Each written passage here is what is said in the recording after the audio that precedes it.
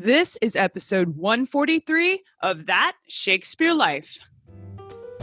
Today's episode is brought to you by Experience Shakespeare. Experience Shakespeare is the membership arm of That Shakespeare Life that offers you monthly digital history activity kits that let you try at home the history you learn about on the show. They work like science labs for history. Stay tuned after the episode for even more details. Hi, I'm Kevin Coles. I'm Associate Professor of Archaeology who's been studying Shakespeare's grave. Another great method for studying the life of William Shakespeare includes listening to this. It's That Shakespeare Life with my friend Cassidy Cash.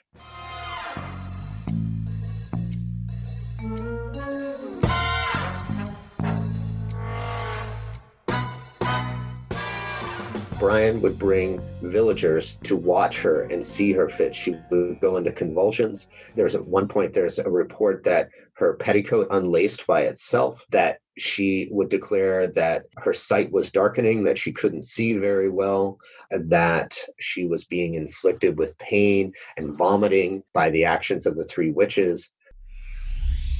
Welcome to That Shakespeare Life with Cassidy Cash. Cassidy believes that if you desire to successfully learn or perform Shakespeare's plays, then understanding the real life and history of William Shakespeare himself is a must. That Shakespeare Life is the podcast that helps you go beyond the curtain of some of Shakespeare's most iconic works and explore the world of early modern England as Shakespeare would have lived it, learning from the writers, historians, and performers who know it best.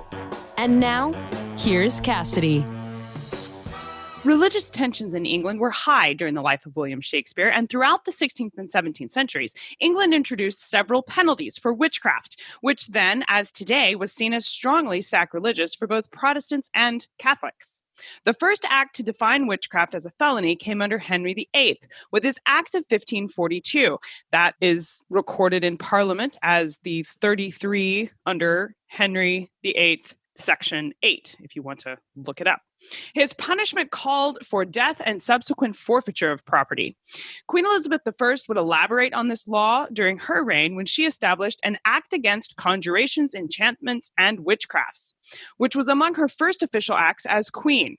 Her act actually allowed some mercy on the death penalty for accused witches, enacting capital punishment only when the accused has caused harm. But still, the act called for imprisonment. Significantly, under Elizabeth, anyone accused and found guilty of witchcraft would not only face punishment, but were denied the benefit of a clergy, which meant under Elizabethan thinking that the accused was irrevocably doomed to hell. When Shakespeare was 39 years old in 1603, King James of Scotland succeeded Queen Elizabeth after her death and brought with him a famous repugnancy, and some call it outright fear, of witches during his reign. In Scotland, where James was dually king at this time, witchcraft had been considered a capital offense since 1563. The king brought this perspective to his management of witchcraft in England as well.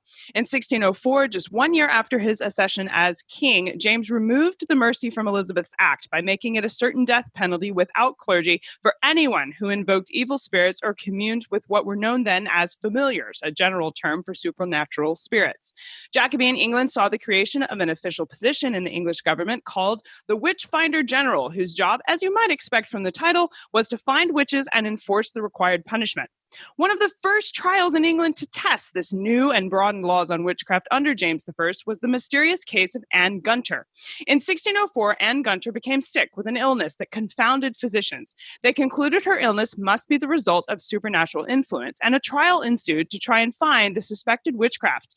During the trial, Anne experienced a theatrical fit of vomiting and other convulsions, during which she accused 3 local women of witchcraft. This caused a flurry of debate over whether Anne was suffering from real witchcraft or if she was putting on a show to try and deceive the court. Our guest this week has tested this theory himself in a college classroom when he, along with his students, decided to recreate the trial of Anne Gunter and the early modern experience of witch trials in a legal courtroom. We are delighted to welcome Todd Butler to the show this week to tell us about the trial of Anne Gunter and the results of his experiment. After graduating with a PhD in English from the University of North Carolina, Chapel Hill, Todd first taught at the University of Tennessee Martin before picking up and heading west to Washington State University in Pullman, Washington. He studied and taught there for the last 17 years, including 2 terms as head of the Department of English, and now positions as both Associate Dean for the faculty in the College of Arts and Sciences and the founding director of WSU's Center for Arts and Humanities. Along with studying Shakespeare and 17th century English literature, he is also an expert on political theory and law during the period, as well as law and literature more generally. He's a past president of both the Modern Language Association's Law and Literature Group, as well as its Association of Departments of English. Hello, Todd. Welcome to the show. Hi, thanks very much. Thanks for having me. Was Anne Gunter ever put on trial herself? She was. The story of Anne Gunter is really a story of 2 different trials. One in which Anne is the victim, and one in which Anne Gunter becomes both a defendant and a star witness against her father, Brian Gunter. And in each case, though, Anne was really the center of attention. First, for her illness that rapidly turns into fits and accusations of witchcraft, affliction, and possession. And then in her own trial, accusations that Anne Gunter had actually simulated these fits, these accusations, and that her father had led her to falsely accuse 3 women in her village of witchcraft. Now, why was Anne brought into the courtroom to testify against these 3 accused women? Well, it's interesting. So the progress of events goes something like this. Somewhere in mid-1604, Anne takes ill. She lives in a small village, which is currently still exists. It's about 12 miles south of Oxford. There's no suspicion of witchcraft at that point. Initially, physicians think she has some version of a female malady they would have called hysteria. Her illness fades, and then it reappears in October over several weeks, now shifting to something that people begin thinking looks like epilepsy.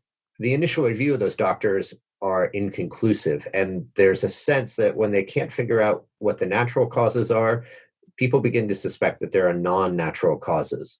As the initial review of the doctors find the conclusions to be really inconclusive and certainly not consistent with anything they could identify as a natural cause, suspicions begin to grow that there are non-natural causes involved.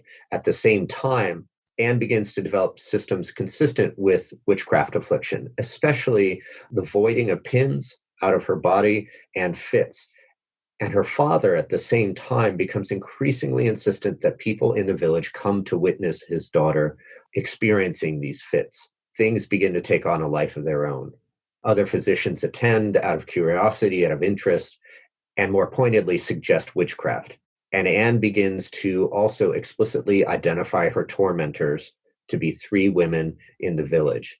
The village spectators begin to pursue standard tests as whether she's been afflicted with a witch, and Anne begins to become the subject of more generalized gossip. And at that point, Brian Gunter, who's a relatively well-off landowner in the town, also enlists support from Oxford clergy, physicians, and scholars. So he brings in a whole group of what we might have termed experts to assess his daughter and to support his case, which he's making increasingly loudly that his daughter has been afflicted by witchcraft. And many of them, in fact, do. I should say at this point that not everyone believed, even at that point, that Anne was actually possessed or being afflicted by witchcraft. But the majority of them did. And so Brian Gunter at the local assizes, that is the circuit court, if you will, of the period, brings charges against 3 women from the village who Anne had previously accused in her fits, in her torments of afflicting her, and demands that they be tried for witchcraft. And so that's what brings Anne into center stage and into the judicial system. So who were the 3 women that she accused? Do we know their identity? We do, in fact. And here I should say a lot of this legwork has been done initially by a scholar in England named James Sharp, who wrote a really excellent book called The Bewitching of Anne Gunter that traces through all the primary source documents. But we have some good records as to who they were, and in particular, based on some other things, we can triangulate why they might have been accused in the first place. So there were 3 women that were accused.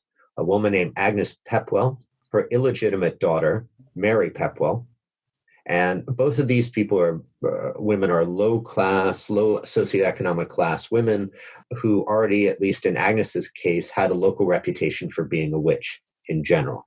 Mary Pepwell, her daughter, had a stain of illegitimacy around her. Rumor had it that she was the daughter of Agnes and then a vagrant who had wandered through and had a passing assignation with Agnes. But the real key was the accusation against Elizabeth Gregory, who was a villager in the town, well-established family, perhaps slightly lower socioeconomic class, but was also known as a scold, as quarrelsome, as highly unpopular in the village. At one point, she was even, other records indicate, kept from coming to communion with everyone else. So you've got a woman who is difficult, is known as a quarrelsome individual within the town, and then to magnify, we think, the accusations, she's associated with a woman who already has a local reputation as being a witch, and then another one who is, in this case, the witch's daughter. The catch, we think, is that there's a bad blood feud that goes back years in the village.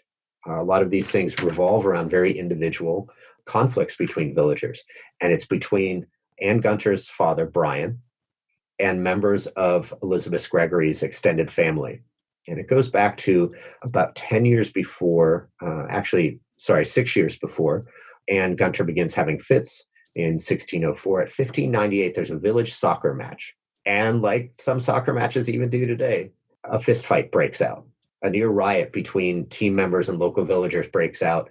And Brian Gunter wades into the affray in trying to break it up, takes out his dagger and hits two members of the Gregory family on the head with the pommel of his dagger, the blunt end of his dagger. And though he says he didn't hit them very hard, they ultimately die. And the family members, the Gregory family members, seek an indictment against Brian Gunter for homicide.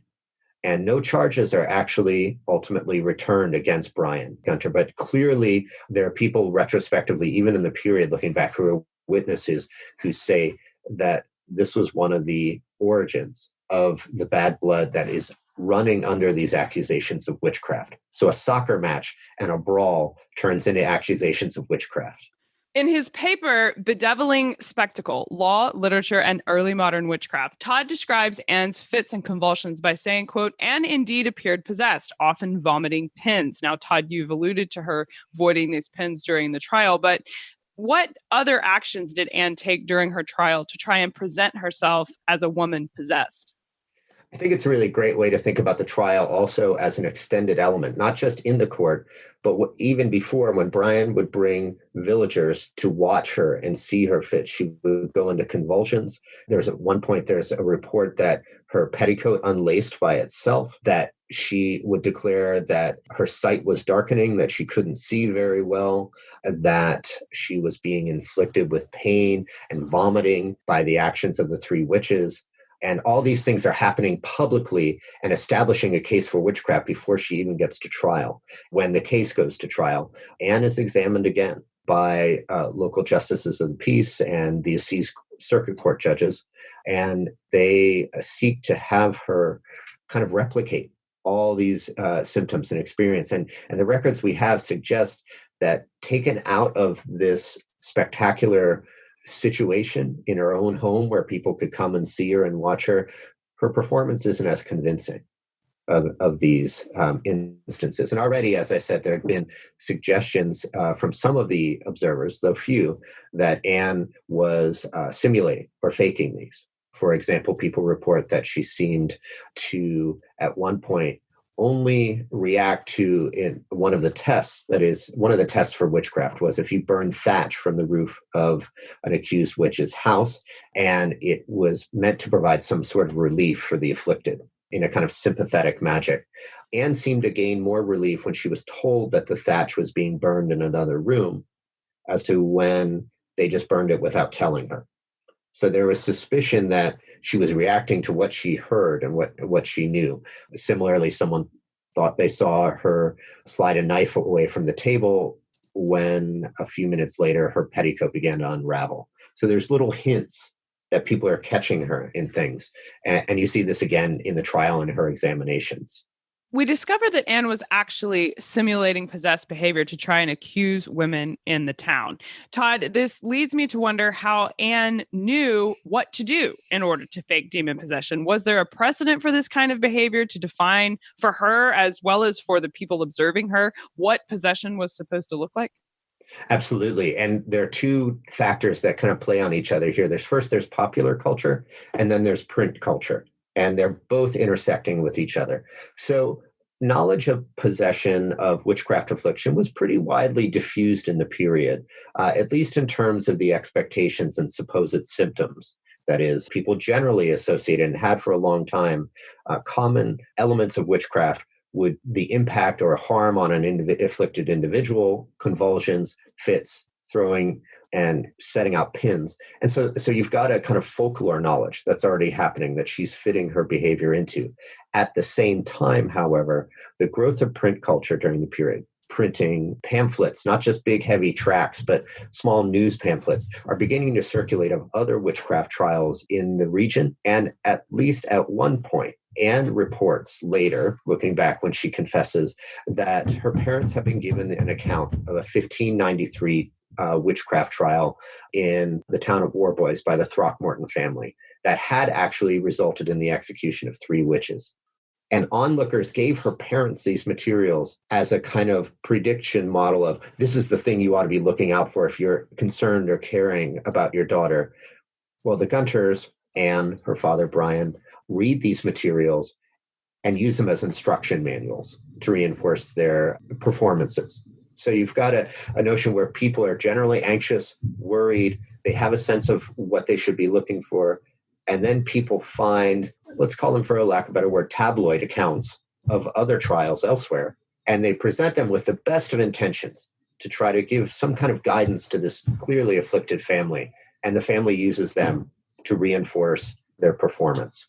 We're often told that King James had a fear of witches, and many sources I've read give the impression that out of this fear, witchcraft trials were almost haphazard. They were swift or even unreasonable in their methods of both establishing guilt as well as their enactment of punishment. I think the idea of the courts getting it wrong and accusing someone of being a witch when they weren't are told very often. But yet, as this story goes, the accused witches in this case were not only found not guilty, but the whole affair became subject to skepticism and inquiries from the king and other London authorities.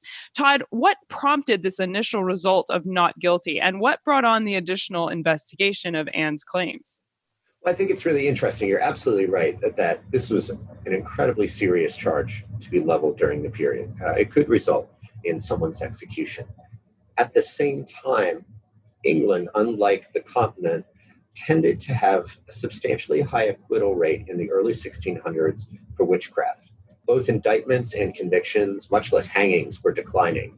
And James Sharp estimates that when he went to trial, Brian Gunter had less than a 50% chance of getting a conviction, especially when other members of the village declined to join in the prosecution. There's also clear skepticism from the professional justices, that is, those who weren't invested in the village, that this was an actual case. And when they examine Anne, they reportedly find her not very convincing. And so the challenge here is that there is a real level of seriousness with which these witchcraft accusations were taken.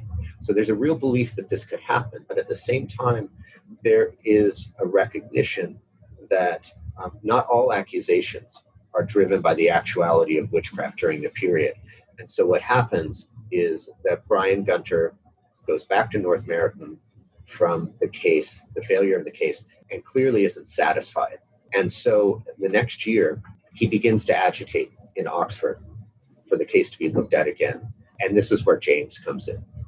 Now, James, absolutely, as you said, was deeply invested, deeply interested in witchcraft. In the early 1590s in Scotland, he had, in fact, been involved in a witchcraft case, the North Berwick case, that was linked even to treason and attacks on his wife.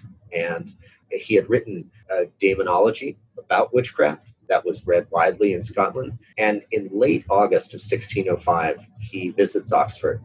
And somehow Brian Gunter gets Anne an audience with the king. We're not sure why, we're not sure how it happened, but it's likely that what he was looking for was at the very least, some recognition of what they'd endured and probably additional action. And yet at the same time, the king is interested, curious, and that curiosity means he's also skeptical, because the king also liked to cultivate a reputation of Solomonic wisdom. And that meant he was just as interested in disproving claims of witchcraft as he was in proving them. And so Anne is actually taken out of the household of Brian Gunter and taken into the control of the Archbishop of Canterbury, Richard Bancroft, and his chaplain, Samuel Harsnet, who had a reputation well-deserved as a skeptic of witchcraft. And increasingly, they begin to investigate her. She's living in their household rather than out from under the thumb of her father, who by all accounts was a violent, quarrelsome man in and of himself. And some people think that she'll confess. She confesses to the deception. And part of it, we think we have record, is that she fell in love with a servant in Richard Bancroft's household, who, along with two other women, convinces her to come clean. And she does. She actually sought permission to marry the servant, a man from the Ashley family. And by October of 1605, less than 2 months later, she has made a full confession that her father induced her to pursue these accusations, coached her against these fits, and also, in fact, supplied her with a foul-tasting drink that helped her vomit and taught her how to expel pins. And so the deception is revealed. How did the trial's whole affair ultimately end? Do we know what happened to the people involved, to Anne and her father?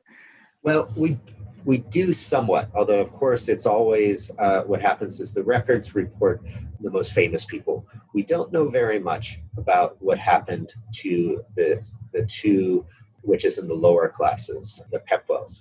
One of them had fled before the trial, the local trial, returned, still insisting that she was a witch, just not the witch that had afflicted Anne Gunter. We find out then that, in fact, Anne Gunter and Brian Gunter are brought before the Star Chamber, which is a sort of a judicial version of the King's Privy Council. And they're investigated for false accusations.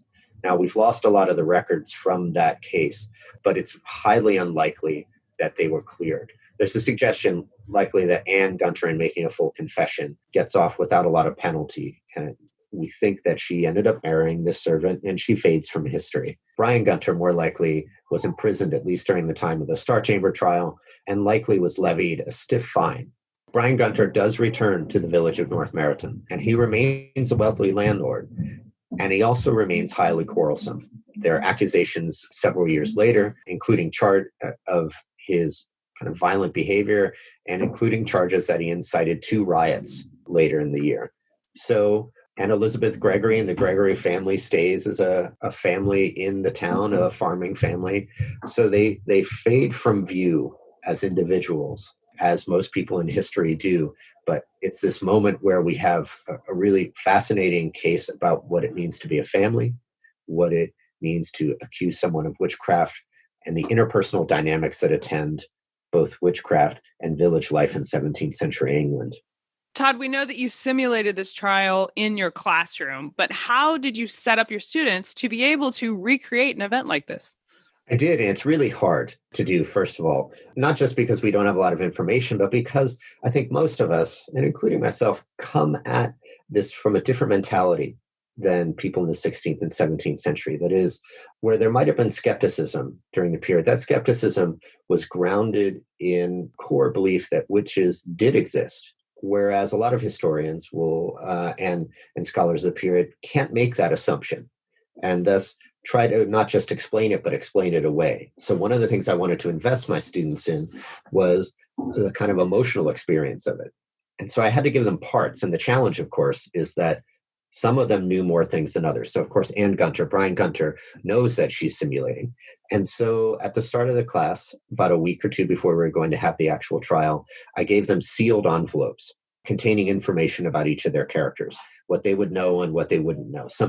There's a bit of information that everyone knew, and then, of course, additional kind of secret information. And I will say that even handing out sealed envelopes in front of everyone else immediately creates this air of suspicion. People are looking at each other, trying to figure out, well, what do you know? What do I know? And it's trying to recreate that village experience that was happening during the time. I then reserved a conference room, the nicest looking one I could. That was next to the dean's office. So that was a little strange in simulating a witchcraft trial right next to the dean's office. And I brought them all in, and we began by having a kind of investigator begin to ask questions of all the villagers that were there, what they knew, what they didn't know. I didn't script it out.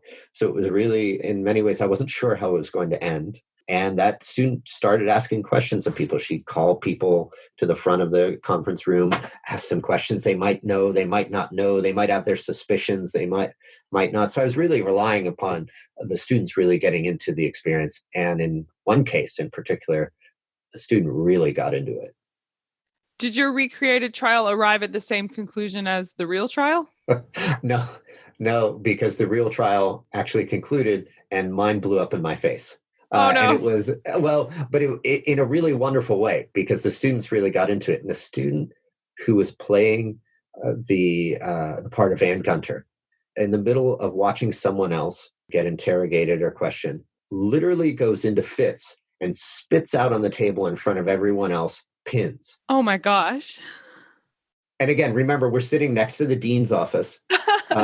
And we have what was, I think, a college junior in a small southern town, all of a sudden displaying signs of witchcraft in the college building.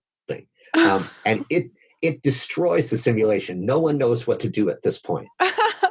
Oh my gosh. And so what's neat about the failure, and I think it's really great that it's a failure, is that it captured how much of the performance is so alien to people, and how what the student says, I knew there was no such thing as witches, and so I didn't know what to do when there was evidence, quote unquote evidence, of witchcraft presented right in front of me. She literally was paralyzed. The whole situation just collapsed as people stared at these pins in the front of the table, laying on the table in front of us. So, but it was a really fascinating lesson about the power of performance in the courtroom, the power of drama, for us to see things, what happens when we see things on paper, but when they're actually presented to us. This is an incredible story, and I know we would love to learn more about Anne Gunter and the trial, as well as all these records that you mentioned. What are some of your favorite books or resources you can recommend we use to learn more? One of the things that I mentioned at the start, the best place to go on Anne Gunter's story is a book called The Bewitching of Anne Gunter by an English scholar named James Sharp. He's also got another book on witchcraft more broadly called Instruments of Darkness. I'd also recommend, if people wanted to go take a look at an actual play during the period, there's a 17th century play called The Witch of Edmonton, written by a combined kind of group of Decker, Rowley, and Ford. And this actually is based almost Law and Order style, ripped from the headlines of a 1630s witchcraft case in a village of Edmonton, which explores, as part of one of two plot threads, the accusations of witchcraft against a poor vagrant woman and her reactions to it. And what's interesting about the case and why it's such a great play to watch is that it is probably the most complex, thoughtful investigation of witchcraft on the stage during the period. She, at one point, is accused of being a witch before she actually is one. And she says, it's because I'm poor, it's because I'm quarrelsome, no one likes me, which fits all our modern understandings of what witches might be. And then she says, basically, well, if everyone's going to think I'm a witch, I guess I'm going to be a witch. And she calls upon the devil, and they take it seriously, and the devil appears on stage. And it's all based on a pamphlet written by a minister who visited her in jail prior to her execution and made a side living out of writing these pamphlets about witchcraft trials and such. The minister was named Henry Goodcole. So as I said, it's kind of ripped from the headlines, put on stage, and provides this really fascinating look at how the period itself struggled with what it meant to accuse someone of being a witch. Those are excellent resources. We will link to all of these as well as Todd's work on this trial in the show notes for today's episode. So make sure you go there to see all of those. Todd, we ask everyone this next question here at That Shakespeare Life, and that's, what's the one book that you would take with you on a deserted island? My friends in England tell me I'm supposed to allow you the complete works of Shakespeare and a copy of the Bible, so your choice would be in addition to those.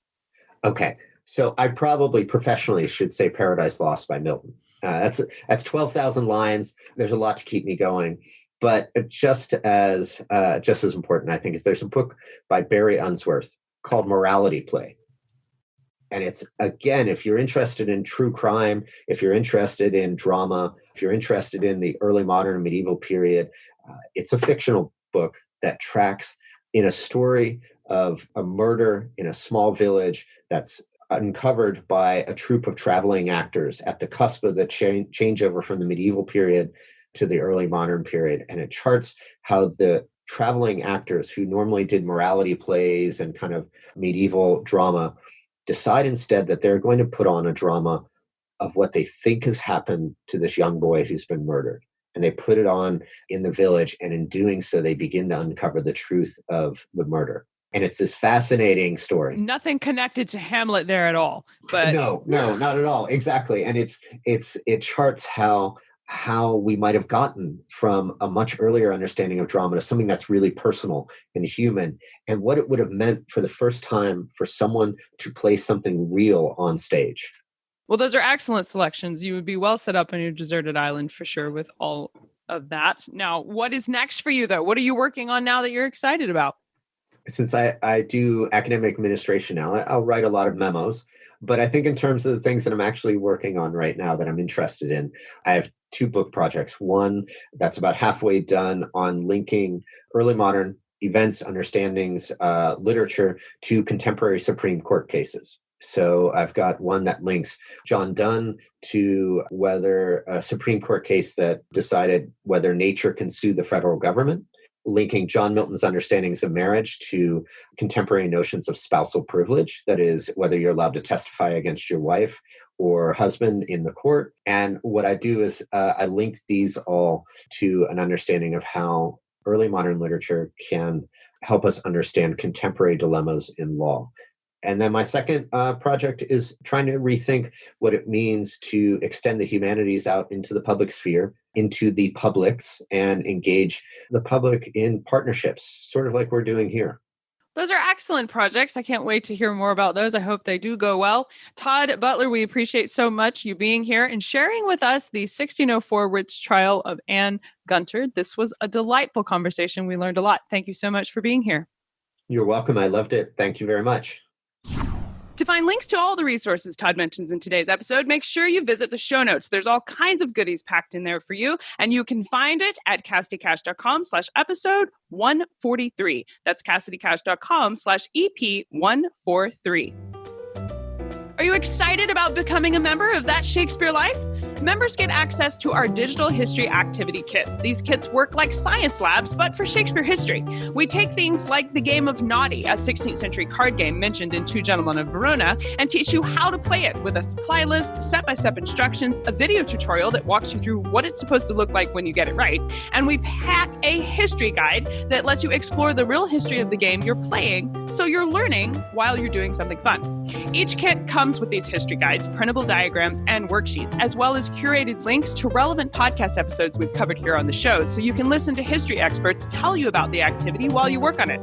There's an entire library of kits, and we add new kits regularly. So when you sign up to become a member, you get access to the whole thing, and you can cook, play, and dance your way through the life of William Shakespeare. Sign up today at CassidyCash.com/member. That's CassidyCash.com/member. That's it for this week. Thank you for listening.